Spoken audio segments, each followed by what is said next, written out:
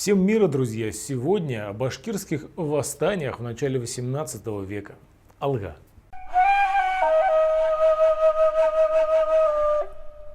Политика Петра I вызывала недовольство во многих местностях империи. В 1704 году восстали башкиры и татары Казанского, Мензелинского и Уфимского уездов. Налогов они не платили, а переписчиков изгоняли из своих земель. В ответ карательные войска повели себя жестко и начали запугивать башкир, грабя села и отбирая у них имущество, а также глумясь над мусульманским духовенством и казня знать. Издевательствам, в частности, подвергались башкиры племен Байлар и Еней. Позже карательные акции распространились и на Уфимский уезд. Кроме того, области на реках Ик и Кама планировали передать Казани. Уфимский воевода Лев Арестов начал перепись населения, чтобы ужесточить налогообложение, и многие башкиры бежали от нее в горы и леса. В Казанской дороге Уфимского уезда партизанскую войну вели повстанческие отряды Дюмея и Ишкеева. В Ногайской дороге того же уезда действовали башкиры во главе с Иманом Батыром. Также восстали башкиры Осинской и Сибирской дорог. В конце 1705 года Шереметьев доносил о сложной ситуации в Урало-Волжском регионе. В том же году восстал гарнизон Астрахани, а в 1706 году подняли восстание донские казаки под руководством Булавина. Дончаков поддержали и яицкие казаки. Терские же казаки, намереваясь воевать против калмыков, вели переговоры с крымцами, башкирами и каракалпаками. Татары с башкирами непосредственно поддержали астраханцев. В 1706 году в землях татар и башкир появился сын Шибанида Кучука Султан Мурат. Он, как и его отец, ранее правил каракалпаками. Оттуда Султан Мурат двинулся на Северный Кавказ, где заключил союз с чеченцами. Далее последовал в Крым и Стамбул, но не получил поддержки ни от гиреев, ни от османов. Татар и башкир поднимали на борьбу Кельмяк Нурушев, Алдар, Исян-Гильдин, Иман Батыр. В 1706 году на усмирение Астрахани был направлен Шереметьев с несколькими полками, снятыми с фронта войны со шведами. Против терцев и союзных с ними чеченцев были отправлены войска калмыцкого хана Аюки. Что касается башкир, то ситуацию с ними Шереметьев старался разрядить дипломатией. Так он освободил из тюрем многих старейшин, которые бросили в темницы ранее, а также обещал башкирам царскую милость. Тем не менее, он просил у царя больше сил на подавление восстания. Среди восставших же наметился раскол. Дюмей поверил обещаниям правительства, а Иман Батыр желал продолжения восстания. Башкиры жаловались на карательные действия, на земельные захваты. В 1706 году в Казань был назначен Кудрявцев, который занял более жесткую позицию, чем Шереметьев, имея на это одобрение от Петра. Башкиры же не желали подчиняться Казани и платить налоги. На переговорах с правительством часть башкирских старейшин добилась от представителей властей обещания снять новые налоги. В Ногайской дороге продолжал действовать Иман Батыр. Башкиры пришли к Каме и воевали в окрестностях Самары, Сергеевска, Саратова, разоряли Симбирский уезд. В Осинской и Сибирской дорогах они также проявляли активность. Боясь башкир, русские крестьяне Кунгурского уезда опасались заниматься земледелием. Башкир Ногайской и Казанской дорог возглавляли Уразай, Кусюм, Тюлекеев и Тлеш-Бегинешев. Однако башкиры не были едиными, и русские дипломаты стремились всеми дипломатическими средствами склонить на свою сторону колеблющихся башкир Осинской и Сибирских дорог. Местная власть организовала несколько советов ЕИНов, ЕИН – орган самоуправления. Из Казани прибыли Мулла, Ишбулат Мурза и Осинов. Башкиры вышеуказанных дорог не примкнули к восставшим, но и не хотели воевать против единоплеменников. С подавлением Астраханского восстания в 1706 году царское правительство отказалось от политики переговоров с башкирами. Дюмея Ишкеева было приказано в кандалах прислать в Казань. После пыток доверившегося обещаниям башкирского вождя повесили. Жестокое подавление восстания вызвало новую волну возмущений. Башкиры готовились к новому поднятию войск. Алдар Исян-Гильдин, Хази Акускаров, Кусюм Тюлекеев и Мишар Арслан подняли своих людей на восстание летом 1707 года. По Поволжью распространились слухи о царях, то есть о ханах-чингизидах. На Северном Кавказе на стороне башкир выступили чеченцы, кумыки, нагайцы, астраханские казаки, русские раскольники. В архивном документе от 1708 года сказано, что татары Казанского уезда решили выйти из подданства Романовых, русских в своем крае уничтожить и сделать ханом некоего Султан-Гази. Осенью 1707 года около Салаварского городка в урочище Юрактау был разбит полк Хохлова. Произошло несколько сражений под Уфой, у Сергеевска, Белярска, Каракулинска, Сарапула, Заинска. Сарапул взяли в осаду марийцы и башкиры. Под Уфой действовали башкиры, под Кунгуром башкиры, марийцы и мишари. Полки Арестова и Рыдаря понесли значительные потери и вынуждены были укрыться в Салаварском городке. В осаду была взята Уфа, восстание башкир распространилось по Поволжью и Приуралью. В Зауралье было спокойно, но башкиры оттуда активно участвовали в событиях под Уфой. 6 полков, находящихся в Казани, оказалось недостаточно, и царь вынужден был отправить на восток 5 полков, отрывая их от войны со шведами в Польше и Прибалтике. В конце 1707 года татары и башкиры взяли Заинск и начали наступление на Новошишминск, Белярск, Сергеевск, Мензелинск. В январе 1708 года силы восставших сосредоточились в районе Казанского уезда. Они заняли деревни Чепчуги, Елань, Черемышево, Артаково, Ия, Юнусово, Шуран, Черпы, Савруш, Балтащ. Восставшие остановились в 30-40 верстах от Казани, не отважившись на штурм хорошо укрепленного города. Около Казани башкир поддержали местные татары, марийцы, удмурты, чуваши. Что касается служилых татар, то они выступили на стороне лоялистов и перебили восставших в Ногайской дороге Казанского уезда. Отряды татарских казанских мурс и ахунов хорошо снабжались оружием со стороны властей и рассматривались как лояльные войска. Русский полководец Хованов, собрав более 12 тысяч солдат, вел переговоры с Исянгильдиным и Тюликеевым, чтобы выиграть время и скопить больше сил. Калмыцкому хану Аюке и яицким казакам было приказано выступить против башкир.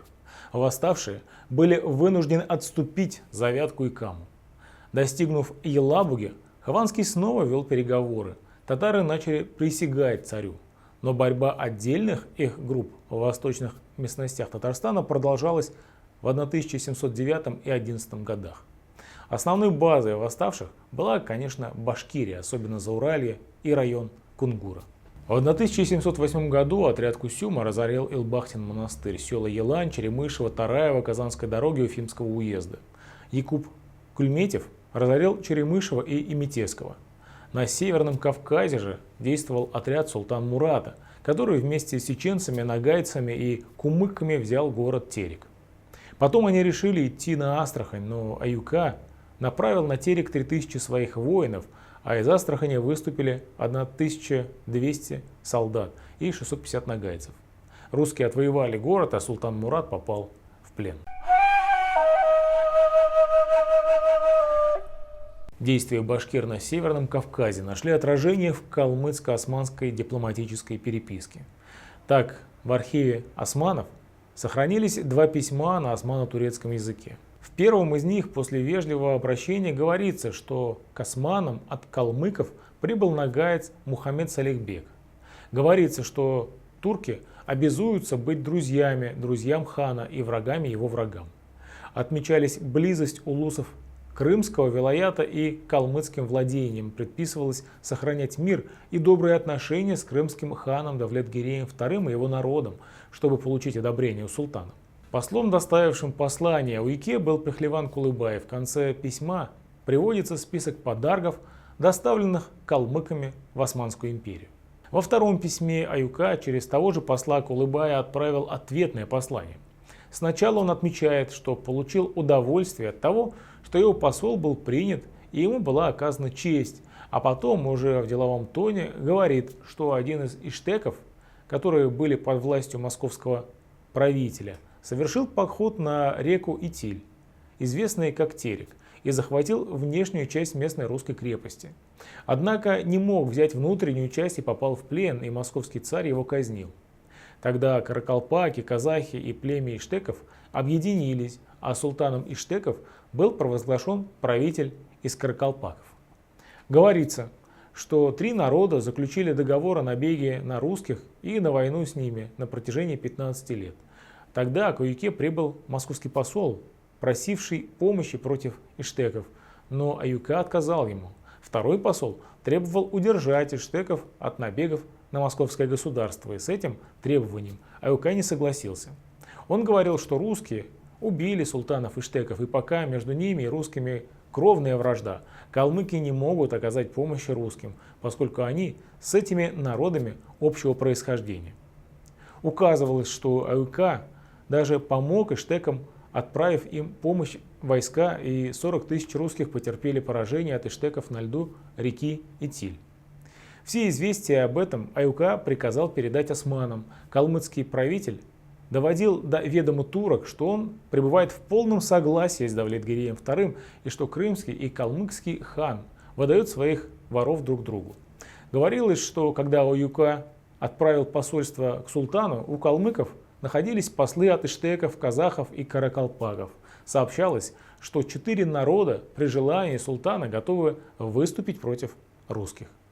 Иштеки — это башкиры, а война с русскими — это очередное башкирское восстание.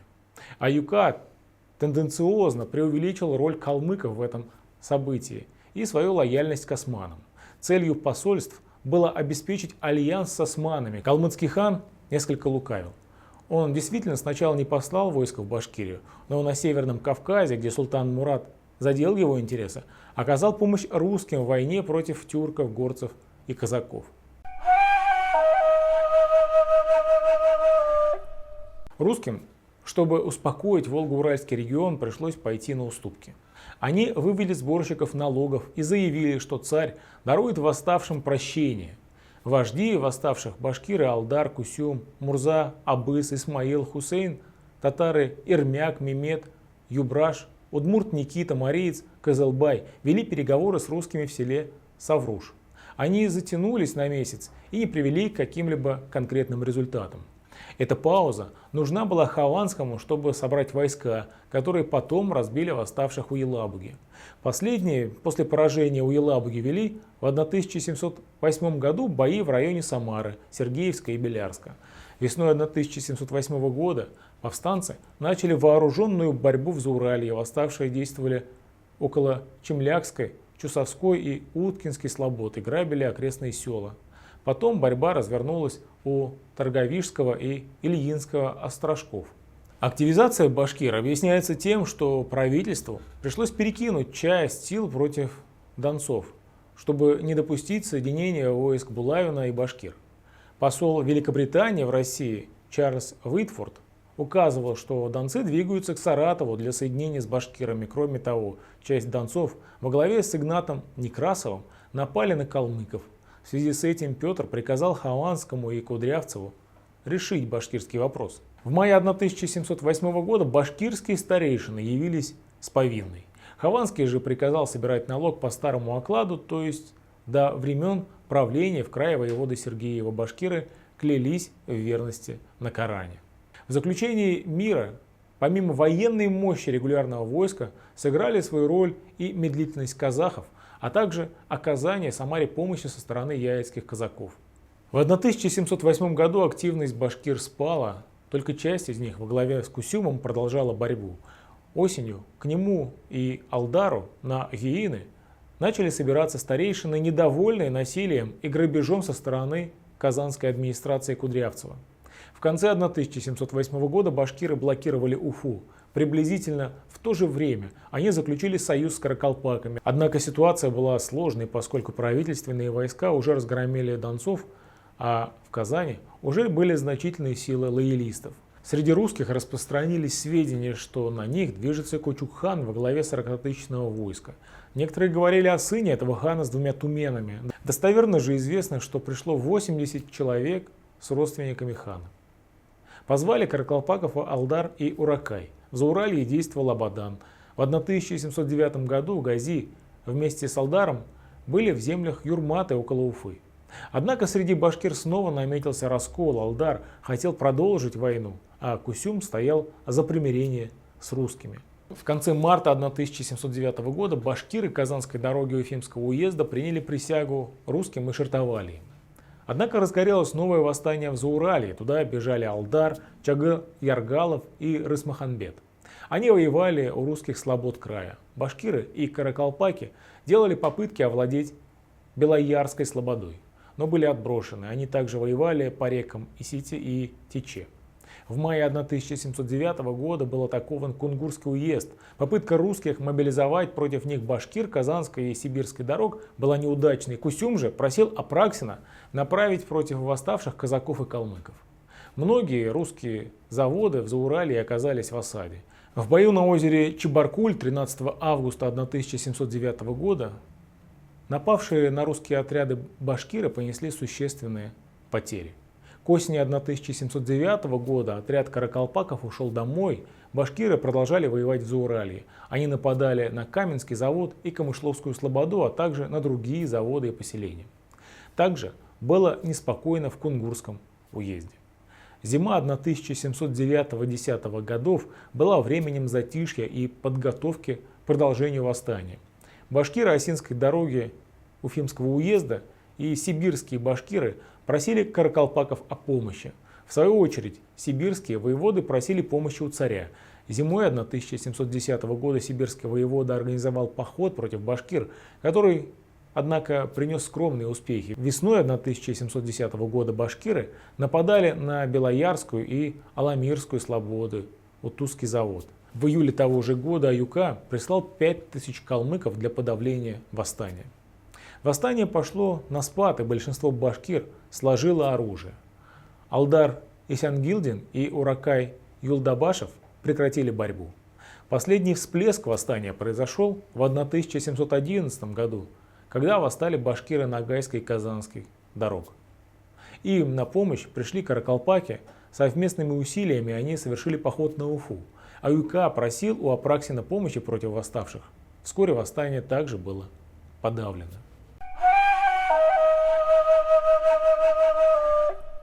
В 1720-1722 годах царь организовал правительственное расследование, которое признало требования башкир справедливыми. В 1724 году в Российской империи была введена подушная подать, однако она не распространялась на Башкирию. В 1728 году Уфимская провинция была выведена из-под подчинения Казани. Сборщиками ясака вместо русских стали башкирские старейшины. Восстание 1705-11 годов позволило башкирам на некоторое время сохранить свою автономию. Друзья, ставьте лайки и подписывайтесь на наш канал. С вами был Ренат Хабибуллин и Татары сквозь время. Ассаламу алейкум, саубулгас и до новых встреч. Пока.